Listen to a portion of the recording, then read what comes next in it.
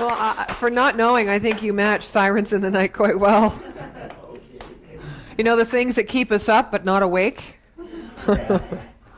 Oh, the richness, the depth, the blues. Reminds me, I married a couple last night who are from New Orleans. And last year, our ministers' conference was in New Orleans, where the actual integration of the two organizations took place. And Sunday morning, I arrived Saturday, or maybe Friday, I don't remember. But Sunday morning for church, we went to the House of Blues. And I was sitting back there thinking, I wonder if there's some people thinking, well, this isn't very churchy, you know. And I was thinking, it is so real. Which is what this teaching tries to have emerge through the individual consciousness, is that it's all God. There's nothing outside of God. When we're blue, when we're in pain, when we're joyful, when we're in service, when we're in love, etc., etc., etc., right? God is being us. Right? We just sometimes can't see it when we're in that state. We can't see it sometimes when the sirens are blaring in the night. We've got all this stuff going on in our mind, right? But we're not really awake. We're just busy. Right? We can't rest. I've been teaching, I just finished a course called The Path of Loneliness, which that song also spoke to, right? Yeah. We think our only joy and our happiness is what we can get from others, basically. And if we don't have others, we lose that. When people go away, we lose something, right? We don't look at it like we gain ourselves, because we're not used to spending a lot of time alone when we're not thinking. Just alone in that place of rest, in stillness, or in spiritual practice. So I want to start today with a little story. It's called The Futility of Search. Author unknown. The disciple looked at the master. So calm and peaceful was he, while he himself was very agitated and frustrated. He asked the master, "What do you know that I don't know?" Seems to be a theme here today. I don't know. And the master simply replied, "I know nothing." "But you understand something that I don't." The master said, "I have understood that there is nothing to understand." The disciple persisted. "But I see that you have reached." Well, in a matter-of-fact tone, the master added, "Yes, I have reached where I was." "Yet I can see you have become extraordinary." Master: "No, actually, I've become very ordinary. I only accept things as they are." The disciple was beyond frustrated now. He says, "Master, don't speak in riddles to me. Just tell me, what should I do?" Master: "You have to do nothing. Just be. Just allow life to flow. Don't interfere. Rest in your beingness." However, the disciple was lost and even more frustrated. His mind wanted activity, while the master kept pointing out that there is nothing to do but rest. Finally, out of compassion, the master suggested, "Well, why don't you watch your breath? Watch the rising and falling of your stomach. Focus on your third eye, on the bottom of your spine. Chant your mantras, and all that." They are basic activities to quietening the mind. And you know, it's like this. When you give a tree to a monkey, the monkey goes up and down, up and down, up and down, up and down, until he becomes tired. Then he finally rests. In that resting, insight finally awakens. Now, I know for you, because I know for me, that it is indeed takes us many trees and many trips up and down before we quiet, doesn't it? Before we stop. And stop in a way where we don't just stop and our mind keeps going. Okay, I'll just I should rest right now. I've been pretty busy today. Should take a breath, take a breather. What am I doing to myself? I should be nice to myself, should love myself. So I'm just going to sit here for a minute. Oh, that plant needs watering. That's kind of how we are. Well, I know we've all heard this kind of invitation to rest and to do spiritual practice, and that everything comes from the void, everything comes and begins and ends in nothingness. That the space between the notes is really where life is in its wholeness, right? Before it becomes multiplicity or in form or in the particular. Because once something is formed, we know it's temporal. Right? It moves on. It keeps changing until it changes back to from whence it came. That would be us. I sat with a very dear friend of mine for 30 years. This year she was 94.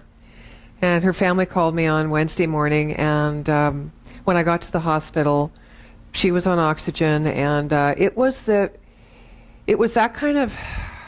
a siren in the night. It was that kind of devastating choice that the family had to make to take her off oxygen.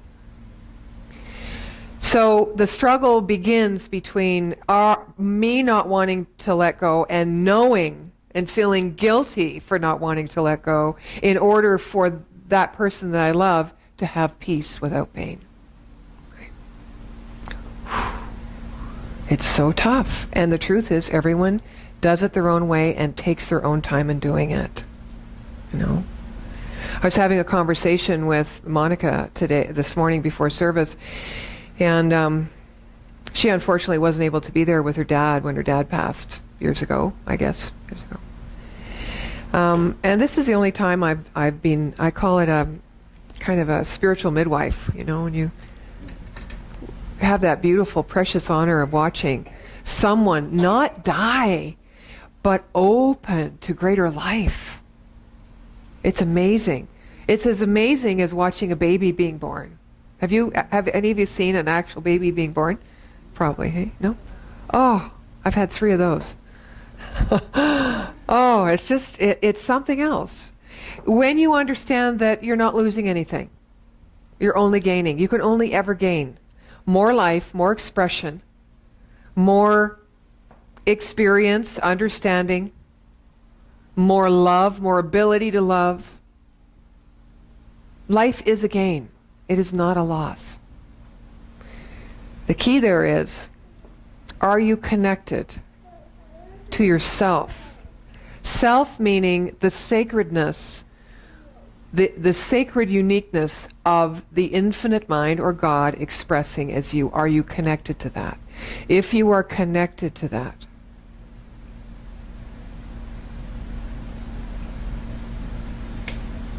then everything in your life has purpose, has meaning, and is seen as a gift.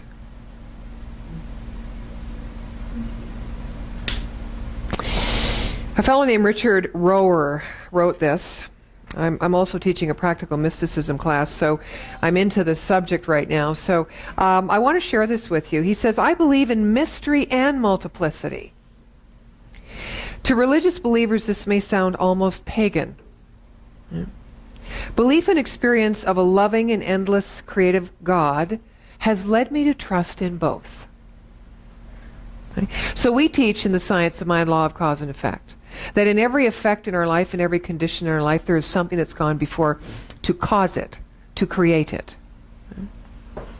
Now, Joel Goldsmith, who's a mystic, says that just like body is an instrument of mind, right? Our body and our body-mind connection. This is condition, right? This is cause, because our thoughts are creative.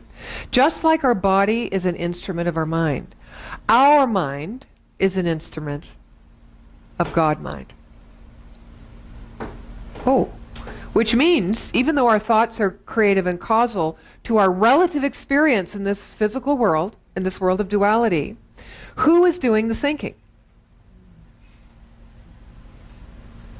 If our mind is an instrument of God mind or supreme intelligence or infinite intelligence, this then you all of a sudden start to see in the equation there's a way to go, to grow, to expand, to open, to greater intelligence, right? To greater knowing. I won't say understanding, but I'll say knowing, sensing, experiencing the potential that lives within us. Because our mind is not power, but our mind is a channel of awareness, right? Our mind is a channel for awareness. Awareness of what? Awareness of this infinite mind experiencing, expressing itself.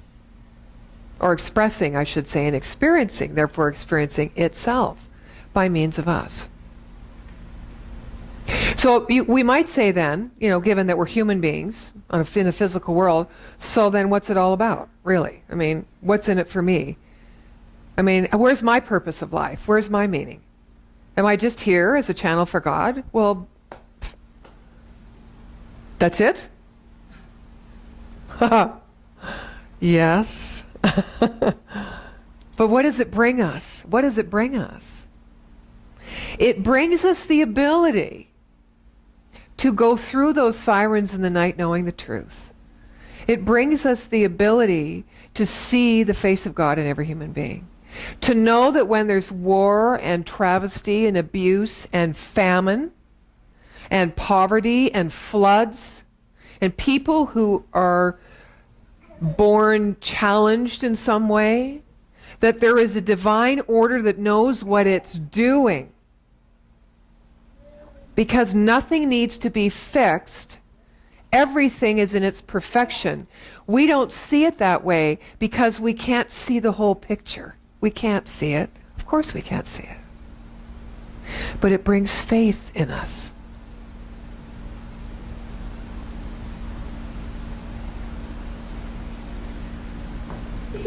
He continues to say that religious belief has made me comfortable with ambiguity. Now that's not a word I've liked very much in my life. He says, hints and guesses, as T.S. Eliot would say. I often spend the season of Lent in a hermitage where I live alone for the whole 40 days. Now listen to this. The more I am alone with the alone, the more I surrender to ambivalence. The more I am alone with the alone, the more I surrender to ambivalence, to happy contradictions and seeming inconsistencies in myself. So I surrender and therefore become ambivalent. In other words, it's not going to have power over me or distress me or concern me or distract me or draw me out or anything. I just look at the happy inconsistencies within myself, and then I see it everywhere. So I can see where people are inconsistent. I can see where people don't follow through. I can see where people, now as I'm talking about this, you're probably going, yeah, I've judged people for that, right? Right? But when we can see it in ourselves and surrender to it, because there's more than what's just happening in us as us in the moment. So why not surrender? Because if you push up against it, you keep it, right? We know that. What you resist persists, right? We know that. So why not try surrendering? If you don't like the word ambivalent, I'm with you. But try the word surrender. That might be a hard word too. Okay, let's think of another word. Who's got another word? Relax. Accept. Nice. Let go into it. Yes. Let go your thoughts about it. It's very interesting that it's only our thoughts that keep us away. Actually, it's only one thought that will keep us away from the unity with the spiritual self. One thought.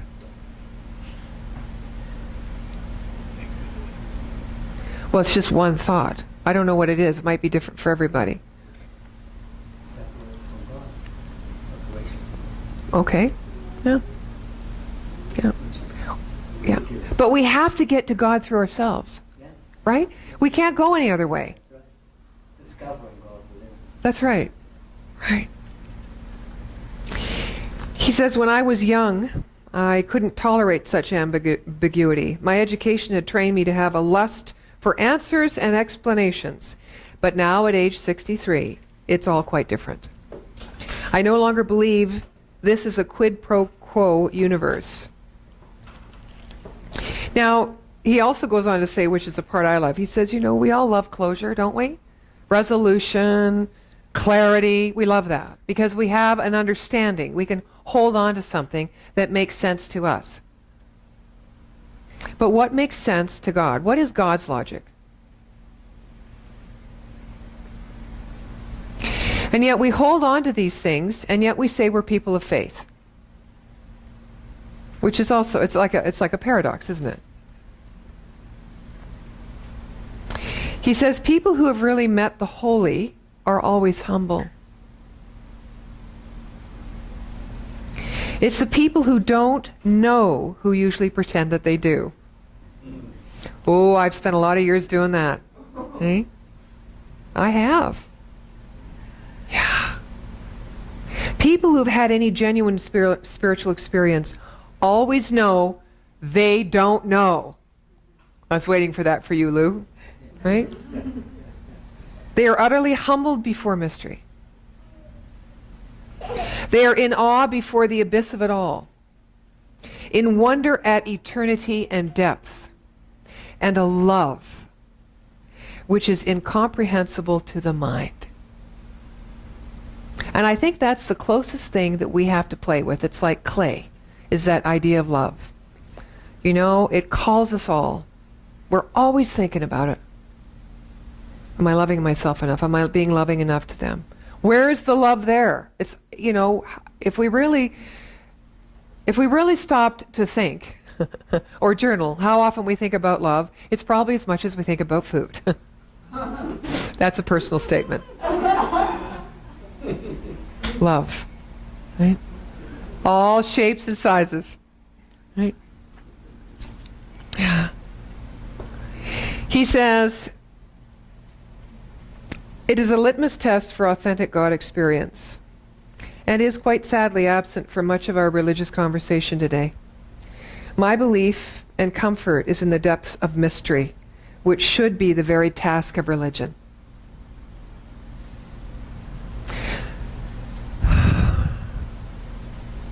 How do you feel when I'm talking about the mystery? And opening to that, and using words of surrender and ambiguity and non-resistance. How does that feel for you? Yeah? Does it move you a little more toward this idea of faith in something assuring? Okay. Yeah. And why is that? It's because we are of that mystical nature. We come home. That's the deeper knowing of us. That the greater truth is always there to be found. It isn't always in front of us in our experience in this physical world. It is something more than that. So we are more than who we believe we are. So if mind is not a power, but it is just a channel of awareness, I think for me, the step that I move toward, or is the foundation of my increasing faith, is learning the art of receptivity. Not resisting anything that comes my way. So I'll start with compliments, and then I can move to, you spoke right to me today. What a great talk. You're a great speaker. I'll move to that, because I always do when, I say thank you, smile. So if you catch me doing that, say, snap out of it, but I can feel myself wanting to move away from the conversation. Okay? Someone's paying you something. Someone's giving you something. Someone's gifting you something. Someone's acknowledging you. But you move back a little bit. Right? A little bit, just a little bit. Now, is that humility? Or is that... Because underneath that, which is the opposite side of the same coin, is the need to be acknowledged, is the need to be accepted. So isn't that interesting how we do that? But the art of receptivity is exactly what this man was talking about. You need to surrender to be receptive. You need to pull down your walls, be vulnerable, be open, be transparent, be truthful. As much as you can, not beat yourself up if you have omitted something. Just embrace it, accept yourself where you are. Right? Yes, just thank you. Thank you for letting me see this. Thank you for letting me see this. I've learned something about myself. I can make a new choice. Be in awe. Right? You saw me move there, didn't you? That's fun. I like it when things come through. Yeah. So for me, it helps me increase my faith, receptivity, and it keeps inviting me into that mystical marriage of the soul and the personality. You know, Gary Zukav, one of our authors in our ministerial class reading material, said, if only as human beings that we could move on this earth so that our personality would begin where our soul leaves off. Okay? Yeah. And the personality, or the ego, some people say they connect those two words, is there for a very explicit and important reason. It gives us the opportunity to be the one who sees. Because if we didn't have an objective mind in which the ego lives, objective consciousness, right, objective mind, we could not see the mystery. We would not know. If we can't see the mystery, then we don't know the wholeness. We can't move toward that place within ourselves in which we are personally aligned, in harmony, integrated with ourself, and see this divine order everywhere so that we can be in joy, so that we can be love, not wait for it, so that we can be peace on earth. Because peace and love and joy and all these things already exist. They are the quality of this infinite intelligence, or God. They are its quality. There is nothing that opposes them. You know, when we're receptive, anything can happen. Maybe that's why you don't want to be. Right? Anything. But if we see it all as good in God and divine order, then we're not cutting ourselves off from being the greatest inventor in the world, discovering these wonderful things, connecting with a kind of love or possibility or creativity within us that is beyond a dream or our imagination. Because when we cut one thing off, we cut all things off, or we at least limit them.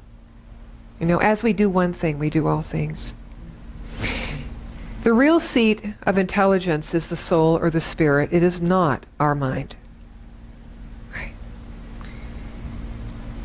So as we move from that thinking mind, that planning mind, that strategizing mind, right, that plotting mind, as we move from that into resting our mind and opening up to a state of awareness,